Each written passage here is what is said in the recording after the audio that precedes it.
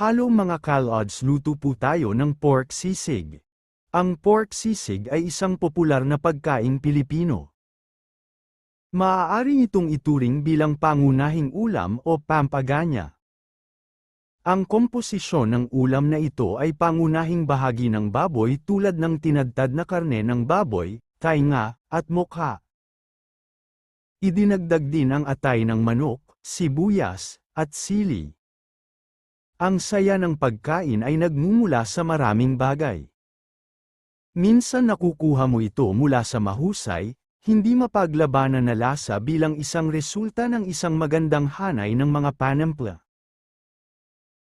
At sa ibang pagkakataon, ito ay mula sa pakiramdam ng kasiyahan at pagkabusog, na kung tutuusin, ay ang buong dahilan kung bakit tayo kumakain.